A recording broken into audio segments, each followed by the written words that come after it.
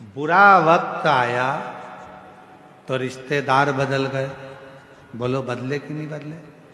बुरा वक्त आया तो अपने बदल गए, बदले कि नहीं बदले? जब रिश्तेदार बदल गए, घर के लोग बदल गए, तो थोड़ा समय का इंतजार करो, बुरा वक्त भी जरूर बदलेगा, ये निश्चित है।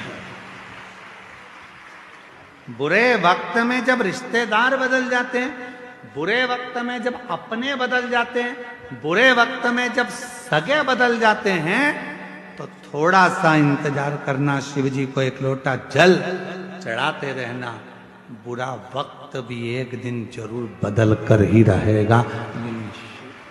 बाबा से विनय कर कर बैठना, मेरे पशुपतिनाथ, मेरे देव अधिदेव महादेव, ऐसी कृपा करना कि मैंने सुना है कि जो शिव महापुराण की कथा को श्रवण करता है उसका 3 महीने में तू झोली भर देता है। ये तेरी कृपा से हो सकता है, हमारे बस की बात नहीं, तू कृपा करेगा तो।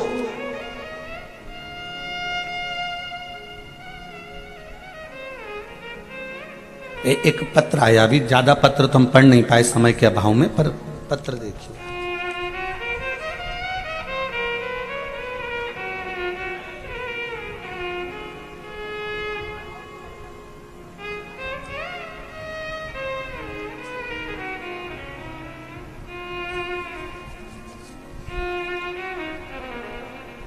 गायत्री बाई सेन,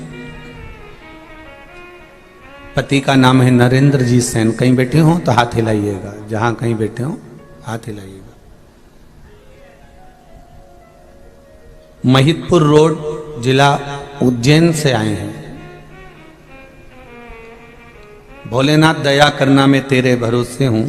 गुरुजी, शिव का क्या वर्णन करूं?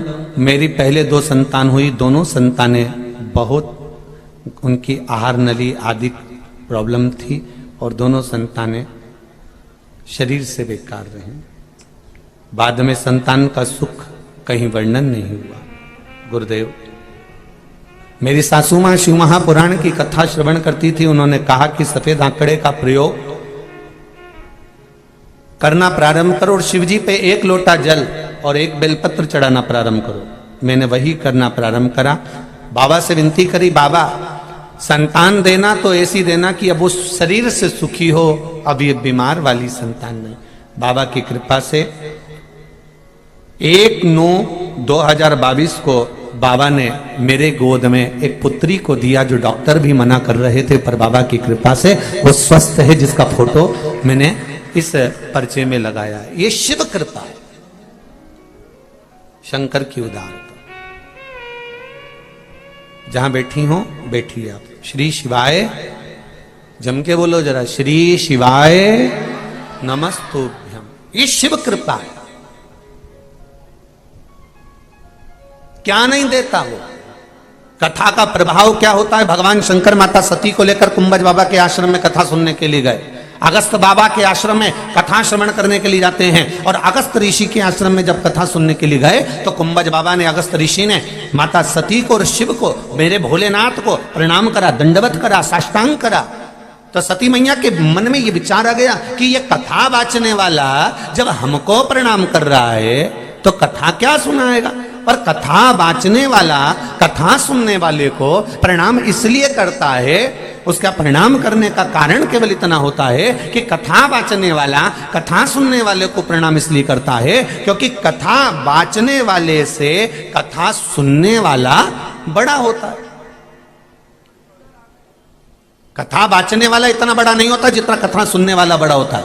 कथा वाचने वाला तो आया 3 घंटे बोलेगा चले जाएगा। कथा सुनने वाले, जरा यहां समिति से, सेवा भारती समिति से जरा पूछना, आधी रात को लोग आते रहे, सब अपना अपना जगह संभाल कर, सब ने अपनी अपनी जगह संभाल कर बैठ गए। अपन तो जो आगे बैठे हैं ये डंडा वंडा में फंसे हुए, ये तो सब VIP टाइम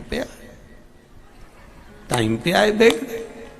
पर जो आए हैं रात भर से जगह संभालना, सवेरे 8 बजे से कई लोग जगह संभालने के लिए जल्दी आ गए, ऐसे कई लोग बैठे हुए हैं। पीछे कि जो पूरी व्यवस्था संभाल कर आराम से फिर अपनी जगह संभाल कर 2 बजे का इंतजार करते रहे। 2 से 5 कथा सुनना है, 2 बजे से इंतजार कर रहे हैं, कथा आएगी कथा आएगी कथा चलेगी। इंतजार करते करते फिर कथा श्रवण करने को मिली तो उनके जीवन को एक एनर्जी, एक पावर, एक बल प्राप्त हो गया। कथा बांचने वाले से कथा सुनने वाला बड़ा होता है।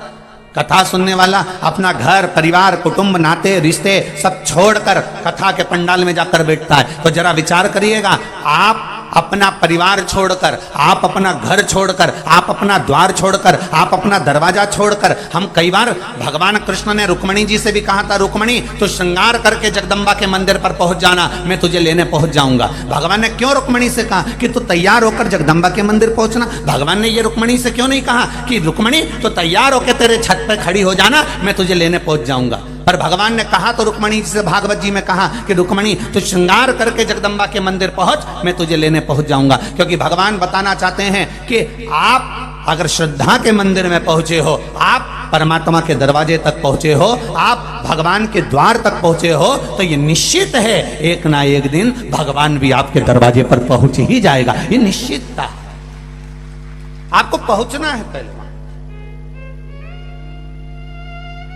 अगर आप उसके दरवाजे तक गए हो, तो मंदसौर में अगर कथा हो रही है तो मंदसौर वालों का भाग्य है, आसपास के 50, 100, 150, 500, 300 किलोमीटर वालों का भाग्य है जो यहाँ कथा मिली आपको। और आप अपना अगर दरवाजा छोड़कर कथा पंडाल में जा रहे हो, आप अपना द्वार छोड़कर कथा में श्रवण करने के लिए जा रहे हो, तो ये अंदाजा लगा कर रखना कि जब मेरी दुख की घड़ी आएगी, जब मेरी विपदा की घड़ी आएगी, तब मेरा देव अधिदेव महादेव, मेरा पशुपति नाथ मेरे साथ खड़ा होगा, मेरे पास में खड़ा होगा। ये निश्चित है। अंत समय प्रभु आना पड़ेगा, वचन दिया तो निभाना पड़ेगा।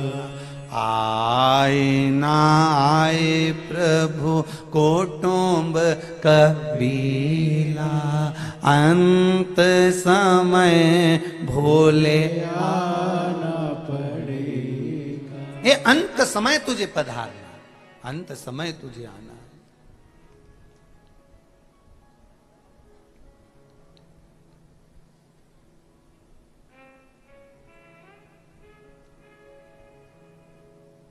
और जब तक वो ना आए, वो निश्चित भगवान कह रहे हैं रुक्मणी से कि तू तैयार होकर जगदम्बा के मंदिर पहुंच, मैं तुझे लेने आ जाऊंगा। यहाँ भगवान सती मैया को लेकर कुंभज बाबा क्या कथा सुनने के लिए गए, और कुंभज बाबा क्या पहुंचते से कुंभज बाबा ने जैसे हाथ जोड़े तो सती मैया के भीतर अहंकार प्रकट हो गया, अभिमान प्रकट हो गया। कभी भी शिव महापुराण की कथा में जाओ, भगवान के चरणों में जाओ, मंदिर में जाओ, द्वार पर जाओ परमात्मा के, तो ये विचार कर मत जाना कि हम बहुत बड़े हैं, हम बहुत वीआईपी हैं। तो हम अभी आपसे कहें एक बात, कभी भी अपनी जिंदगी में देखना, कभी जीवन में मौका मिले, सारे मंदिरों में जाओगे तो वीआईपी पास मिल सकता है, पर किसी गुरुद्वारे में जाकर देखना, वहां वीआईपी पास की जरूरत ही नहीं होती, वहां तो प्रेम परोसा जाता। गुरुद्वारे में वीआईपी पास नहीं चलता। गुरुद्वारे में तो केवल यह देखा जाता है कि मेरे गुरु की शरण में कौन आया है, गुरु के द्वार कौन आया है, गुरुद्वारे कौन आया है, उसको वीआईपी पास से मतलब है ही नहीं।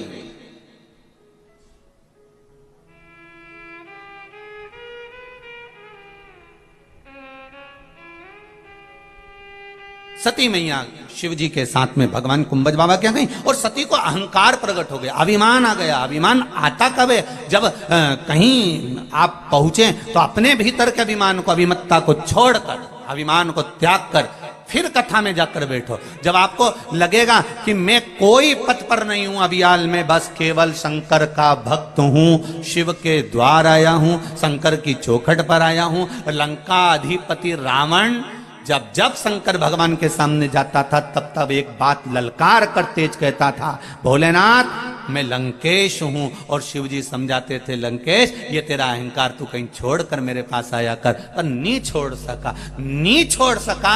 इसलिए अंत समय जब रावण को बाण लगा, रावण मर रहा था, तब कई लोगों ने कहा कि ये शंकर जी का भगत था, ये शिव जी का उपासक था, शंकर भगवान की स्तुति करता था, फिर शंकर जी इसके मरने पर आए क्यों नहीं बचाने के लिए? तो रावण ने शंकर भगवान से एक शब्द कहा था, भोलेनाथ मुझे तुमसे कुछ नहीं चाहिए,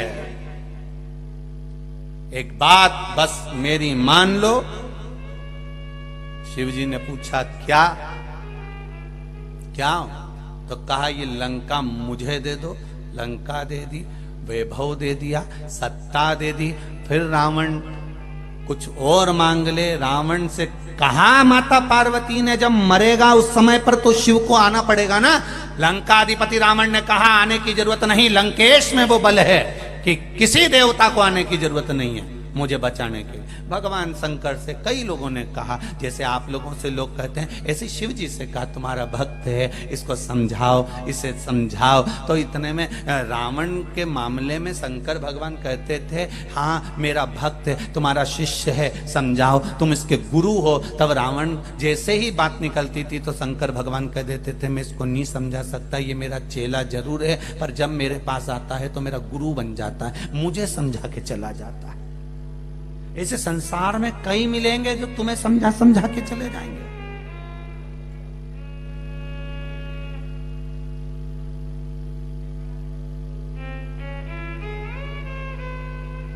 कई मिलेंगे ऐसे, कोई एक या दो नहीं, ढेर।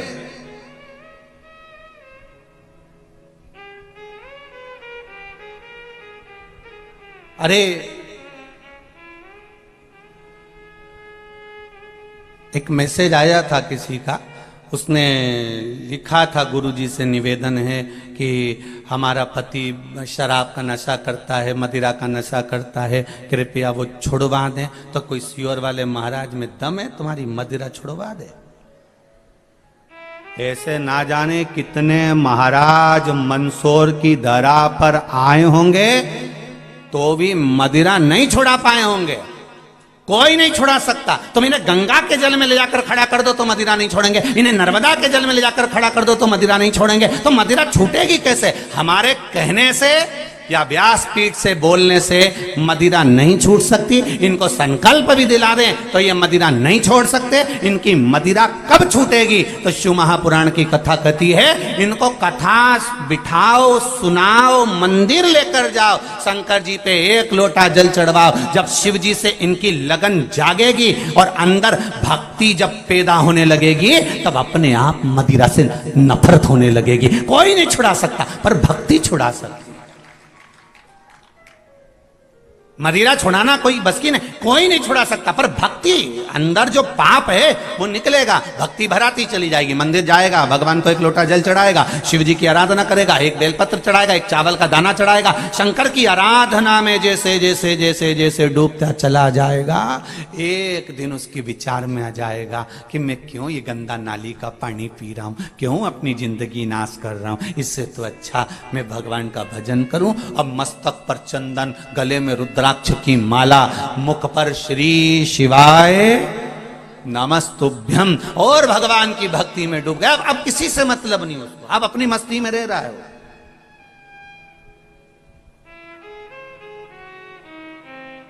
अब उसको कोई मतलब नहीं।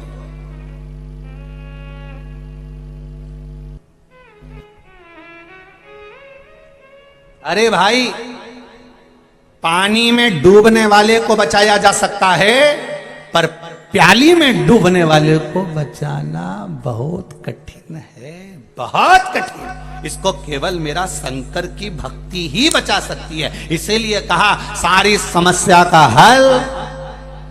अरे जम के बोलो जरा, तीनों चारों पंडाल को, जितने बाहर खड़े जहां जहां तक आवाज जा रही सब बोलो, सारी समस्या का हल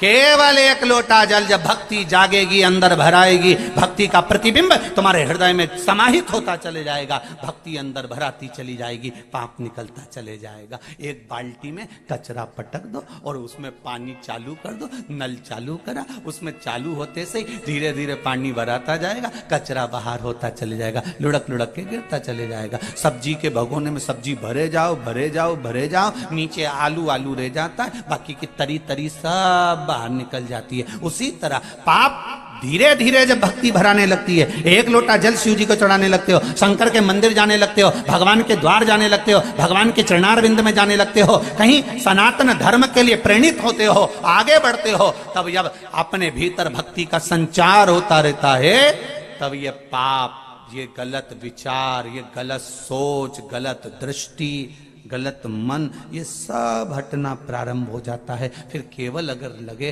तो केवल एक लगे, महारा पशुपतिनाथ है, महारा शिव है, महारा शंकर है, महारा भगवान है, कुछ नहीं देखिए।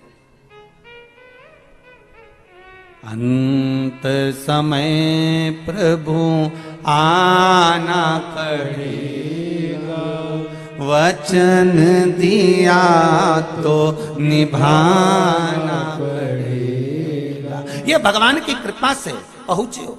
सती मैया को अहंकार आ गया था, सती मैया को अभिमान आ गया था, और इतना अहंकार में फूल गई सती मैया कि ये कुंभज बाबा ने, या अगस्त ऋषि ने मुझे प्रणाम करा है।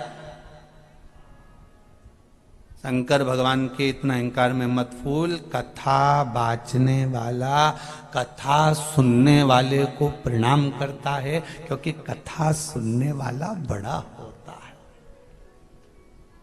बड़ा कैसे हो गया? तो कि वो जमीन पे बैठ के कथा सुनता है, और जो जमीन पर बैठता है, जिसके पास जमीन होती है, लोग उसको जमींदार कहते हैं। तो जितने जमीन पे बैठे सब जमींदार। अब सोफे पे बैठे हुए टेंशन पे पड़ गए, तेरा क्या होगा रे कालिया। अब इनको टेंशन है, महाराज तुम इसी चक्कर में तो सिवर वाला महाराज बुरा है, ये बोलता अड़ा टेढ़ा।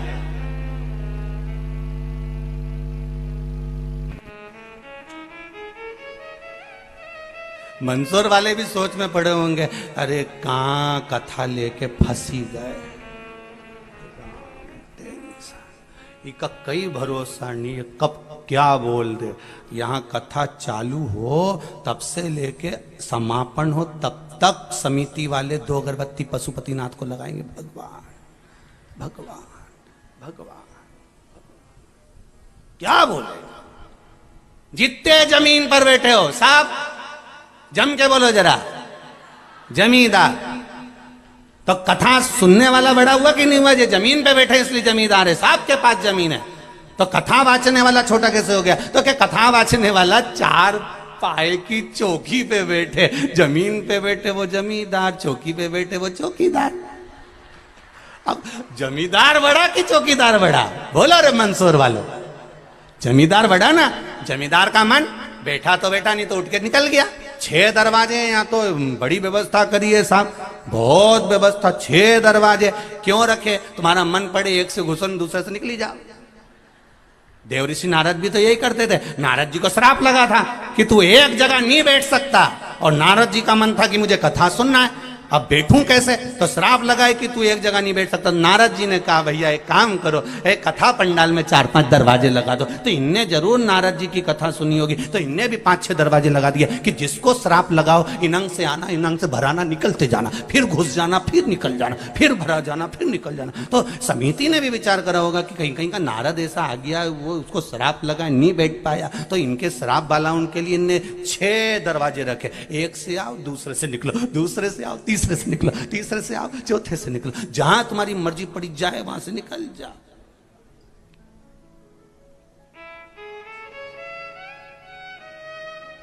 जमीन पर बैठा जमींदार, चौकी पर बैठा, बोलो बोलो जम के, चौकीदार। अब राष्ट्र के 2 चौकीदार हैं। एक भारत की बॉर्डर पर बैठे हैं, जिनके हाथ में हथगोले बंदूकें हैं, भारत की भूमि की रक्षा कर रहे हैं, रात भर जागते हैं, सोते नहीं, रात भर जागकर ठंड में, गर्मी में, बरसात में, रात भर भारत की बॉर्डर पर खड़े होकर भारत की भूमि की रक्षा कर रहे हैं। ये भारत के एक चौकीदार, जिनके हाथ में हथगोले बंदूक हैं, जो भारत की भूमि की रक्षा कर रहे हैं। और भारत की भूमि के दूसरे चौकीदार ये संत महात्मा और कथाकार हैं। इनके पास हथगोले बंदूक नहीं, शिव महापुराण का गोला है, एक बार दाग कर छोड़ते हैं, फिर पूरी सभ्यता और संस्कृति की रक्षा अपने आप होने लगती है। वो भूमि की रक्षा कर रहे हैं, कथाकार सनातन धर्म की रक्षा कर रहे हैं।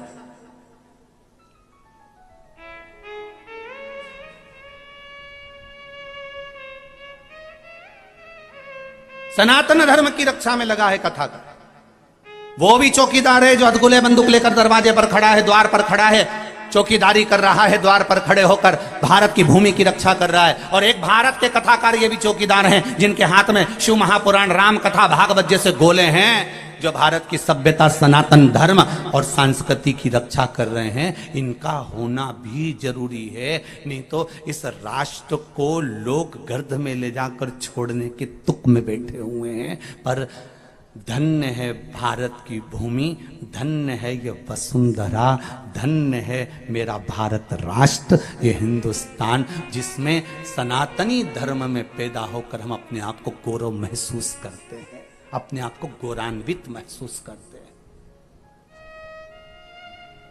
तोड़ देंगे लोग, कोई ब्राह्मण में तोड़ रहा है, कोई कहता ये क्षत्रिय है, कोई कहता ये वैश्य है, कोई कहता ये शूद्र है, कोई ने कह दिया ये पंजाबी है, कोई ने कहा ये सिंधी है। ये सनातन धर्म को तोड़ने के पहलू बनाए गए हैं। पर माता के गर्भ से जब जन्मे थे तुमको भी नहीं मालूम था कि तुम किस वर्ण में पैदा होगे। माता के गर्भ में परमात्मा भेजता है, ये सोचकर नहीं भेजता कि मैंने ब्राह्मण के घर भेजा है, मैंने क्षत्रिय के घर भेजा है, मैंने वैश्य के घर भेजा है, मैंने शूद्र के घर भेजा है।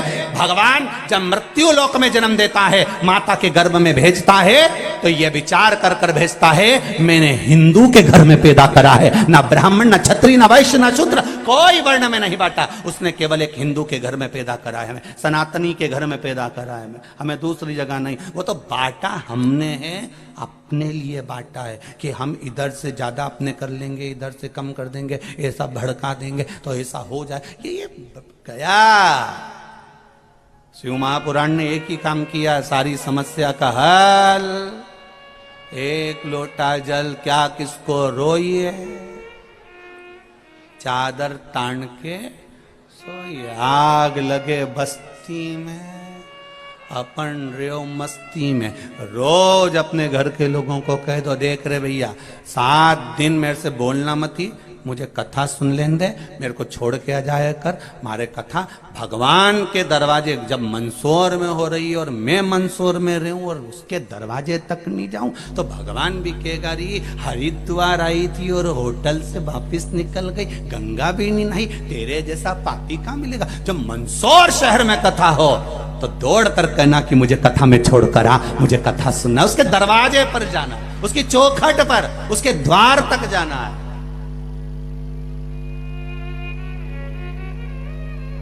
शादी में काय के लिए जाते हो? बोलो रे मंदसौर वालों, खाना खाने? चाउमीन कि बर्गर? क्या खाने जाते हो? शादी में खाना वाना खाने कोई नहीं जाता, किसी के घर में कमी है क्या खाने की? सबके घर में पकवान है, सबके घर में भोजन है, पेट भर कर। तुम शादी में जितना नहीं खा सकते उतना अपने घर में खाते। बोलो रे मंदसौर वाले, सही है कि नहीं है? जितना पेट भर कर अपन घर में खाते, सबके यहाँ कोई शादी में भोजन करने नहीं जाता। आज के समय में लोग शादी में केवल मुंडा दिखाने जाते हैं कि भाई हम आए हैं और हमने लिफाफा दिया है, इसलिए जब लिफाफा देते हैं तो फोटो खिंचवा, और ऐसा कैमरा लगा रहता है सामने से। और जितने लोग लिफाफा देते हैं ना, जो बड़ा गुलदस्ता लाते हैं, तो दूल्हा भी कह देता आंटी साइड में, आंटी आप, और खड़ा हो जाएंगे और बढ़िया फोटो खिंचवाएंगे। ये इसलिए खिंचवाते हैं कि मालूम पड़ जाए बाद में वीडियो में कि इनने कितने का दिया था, इन्हें कितने का लिफाफा दिया था और कौन कौन शादी में आया था, ये फोटो के कैमरे में आ जाए। तो शिव महापुराण में अगर जाकर बैठ रहे हो तो यहाँ भी एक कैमरा मेरे भोलेनाथ का लगा है कि कौन कौन शरण में आया है, मुझे देखना है, कौन पहुंचा है मुझे जानना है। वो देखता रहता है, बस लगा हुआ है, लगा। अंत समय प्रभु ना पड़ेगा, वचन दिया तो निभाना पड़ेगा। वचन दिया तो निभाना पड़ेगा। आए ना आए प्रभु कुटुंब कबीरा, आए ना आए प्रभु कुटुंब कबीरा। अंत समय प्रभु आना पड़ेगा, अंत समय प्रभु आना पड़ेगा। इसलिए शास्त्र कहता है जो शिव नाम होठों पे चढ़ गया रे,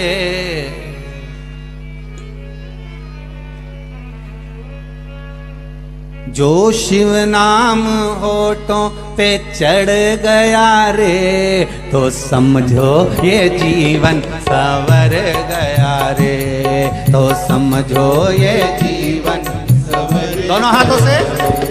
जो शिव नाम होठों पे चढ़ गया रे, शिव नाम होठों पे चढ़ गया रे, ओ शिव नाम होठों पे चढ़ गया रे, शिव नाम होठों पे चढ़ गया रे, तो समझो ये जीवन सवर गया रे, तो समझो ये जीवन सवर गया। जो पंडाल के बाहर हैं वो भी दोनों हाथों से बड़े आनंद के साथ जो हो।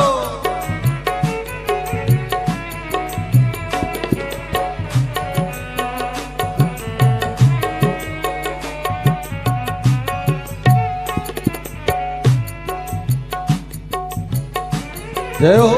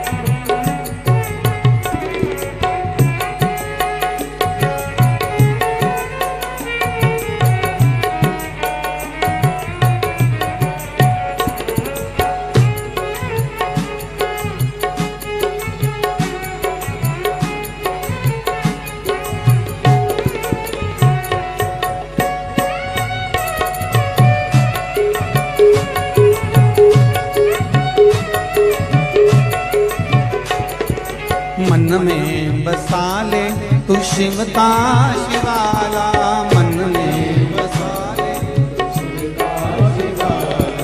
मन में बसा ले तू शिव का शिवाला, मन में बसा ले तो शिव का शिवाला। ओ साथ चलेगा तेरे वो डमरू वाला, साथ चलेगा तेरे वो डमरू वाला। ओ साथ चलेगा तेरे वो डमरू वाला, साथ चलेगा तेरे वो डमरू वाला। जो शिव नाम होठों पे चढ़ गया रे, शिव नाम होठों पे चढ़ गया रे, ओ शिव नाम होठों पे चढ़ गया रे, शिव नाम होठों पे चढ़ गया रे, तो समझो ये जीवन सवर गया रे, तो समझो ये जीवन सवर गया रे, तो समझो ये जीवन सवर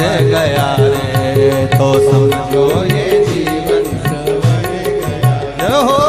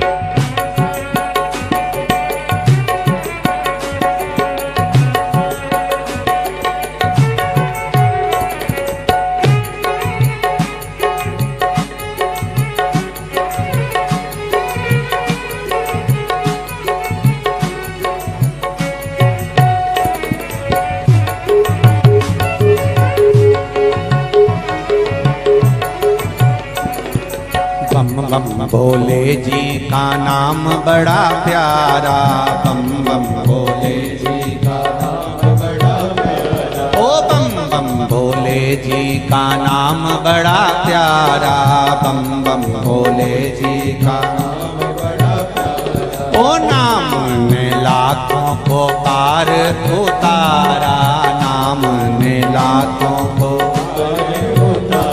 ओ नाम ने लाखों को पार उतारा, नाम ने लाखों को पार उतारा। जो शिव जी ने हाथ सिर रख दिया रे, शिव जी ने हाथ सिर रख दिया रे। ओ शिव जी ने हाथ सिर रख दिया रे, शिव जी ने हाथ सिर रख दिया रे। ओ समझो ये जीवन संवर गया रे, तो समझो ये जीवन संवर गया रे, तो समझो ये जीवन संवर गया रे, तो समझो ये जीवन संवर गया रे। शिव नाम होठों पे चढ़ गया रे, शिव नाम होठों पे चढ़ गया रे। ओ शिव नाम होठों पे चढ़ गया रे, शिव नाम होठों पे चढ़ गया रे। तो समझो ये जीवन संवर गया रे, तो समझो ये जीवन संवर गया रे, तो समझो ये जीवन संवर गया रे, तो समझो ये जीवन संवर गया रे। भाव से आनंद से दोनों हाथों से ताली से चारों पंडाल, इधर के दोनों पंडाल पीछे पीछे के, और जितने लोग बाहर खड़े, गाड़ी के बाहर भी और गाड़ी के बाहर भी, दोनों हाथों से भाव से।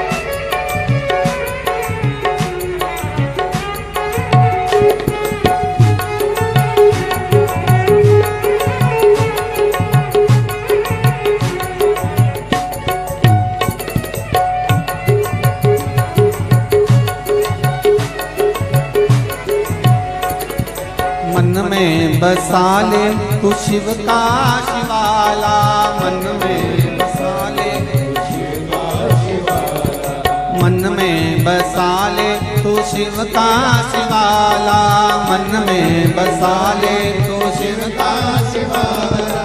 संग में चलेगा तेरे वो डमरू वाला, संग में चलेगा तेरे वो डमरू वाला, संग में चलेगा तेरे वो डमरू वाला, संग में चलेगा तेरे वो डमरू वाला। जो शिव नाम भक्ति का चढ़ गया रे, शिव नाम भक्ति का चढ़ गया रे, ओ शिव नाम भक्ति का चढ़ गया रे, शिव नाम भक्ति का चढ़ गया रे।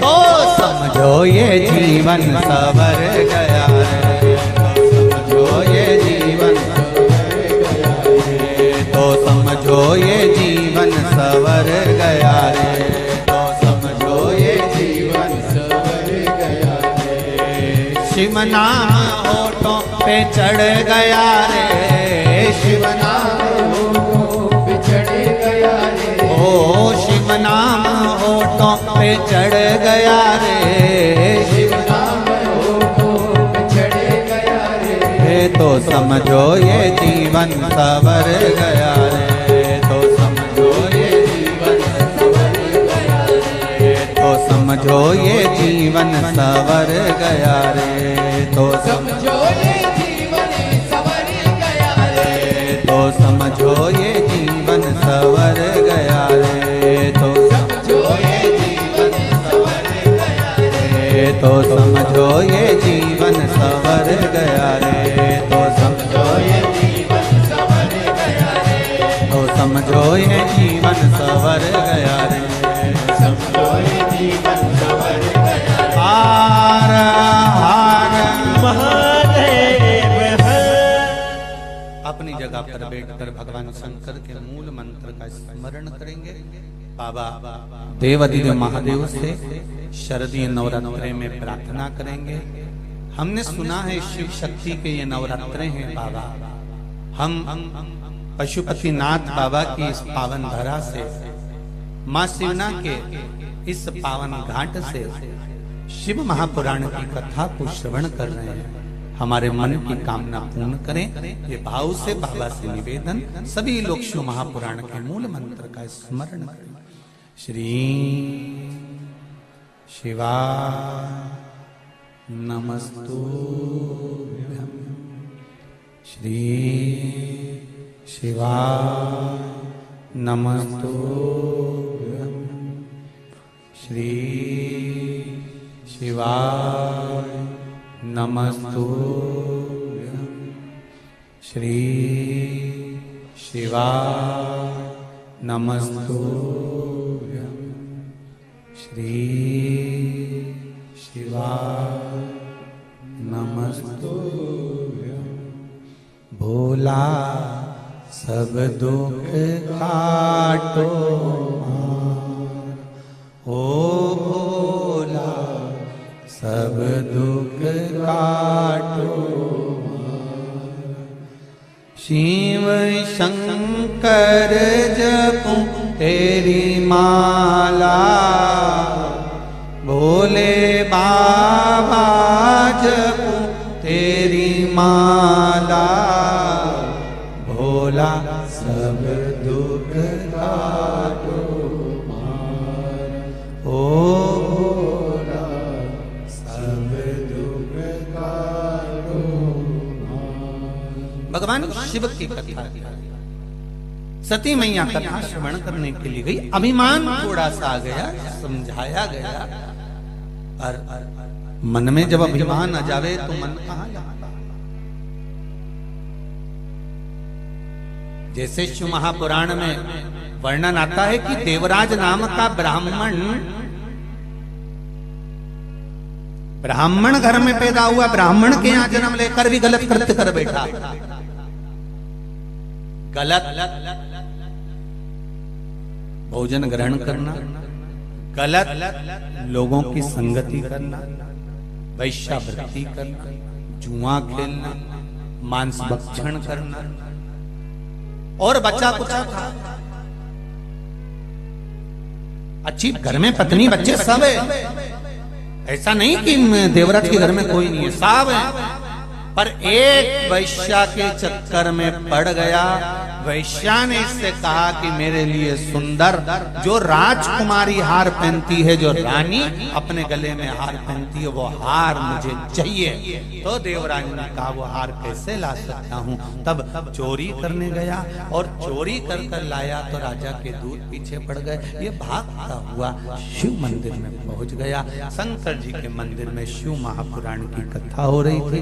ये बैठकर थोड़ी देर छुपा था क्योंकि शरीर में कष्ट हो रहा था, बुखार था, ताप था, बहुत तकलीफ में था, बहुत तकलीफ, शरीर में कष्ट हो रहा। और पंडित जी कथा करते करते चिल्ला करते रहे हर हर। जैसे ही पंडित जी हर हर महादेव कहते हैं और इसको गुस्सा आता है, बताओ हमारा तो सिर दुख रहा है और ये चिल्लाने पड़े। शिव तत्व में, शंकर के नाम में, भगवान के नाम में वो सुख है। एक पत्र आया देखिए।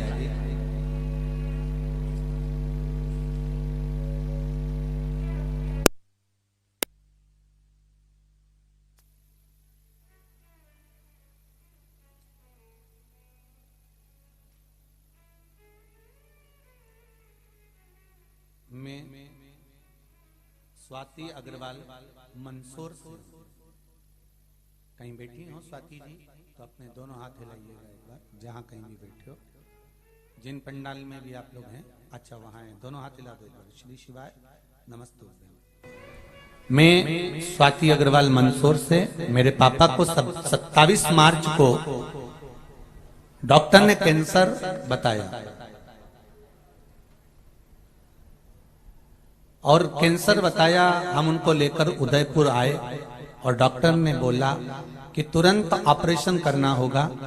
हम 2 बहनें हैं गुरुदेव, परंतु हम को कुछ समझ नहीं आया कि इस कारण इस समय पर हम क्या करें।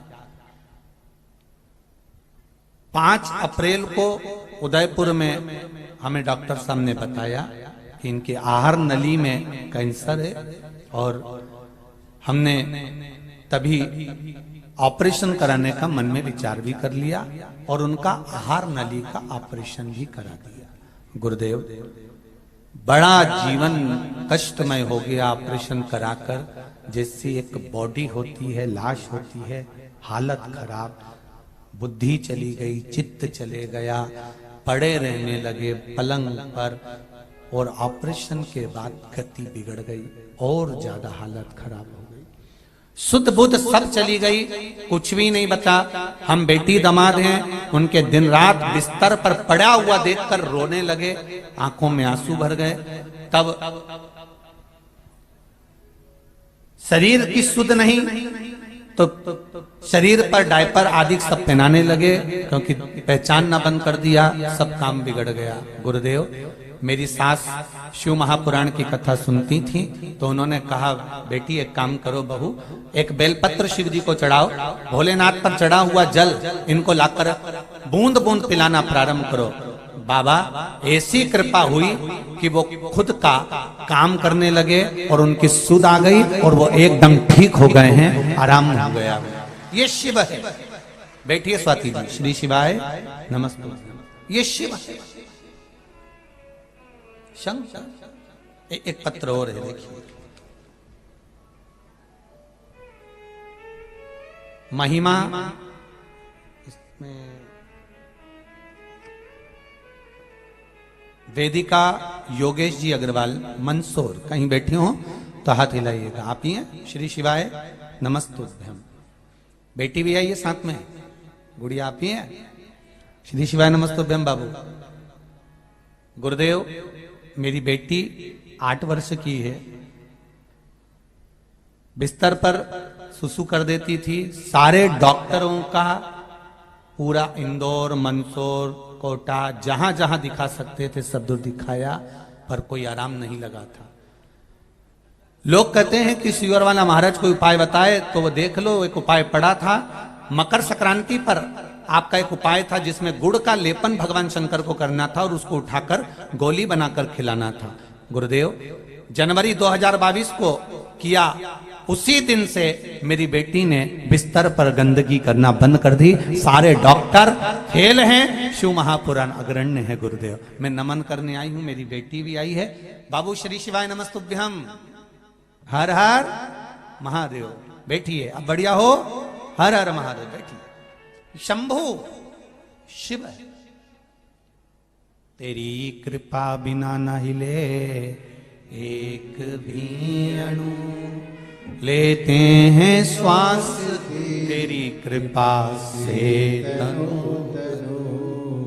बखान क्या करूं मैं राखों के ढेर का, चपटी भभूत में खजाना कुबेर का।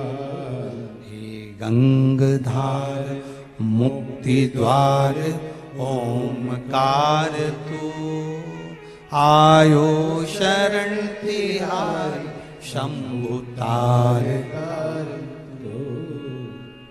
अब शिव का स्मरण कर रहे, भगवान शंकर का अनुमोदन। और जितने इस पंडाल में बैठकर कर रहे हैं, जितने आस्था चैनल पर, जितने फेसबुक और यूट्यूब पर कथा श्रवण कर रहे हैं, नवरात्रे में इस सुंदर मंदसौर की पावन धरा पर भगवान शंकर के पशुपतिनाथ की पुण्यमय आनंदमय स्थली पर बैठकर मंदोदर यीशु महापुराण की कथा का जो रसतत्व ग्रहण कर रहे हो, एक मन में भाव लेकर बैठना, ये निश्चित है मेरा बाबा 3 महीने में क्या देता है, आप अगली कथा में लेटर लेकर मिलोगे, निश्चितता।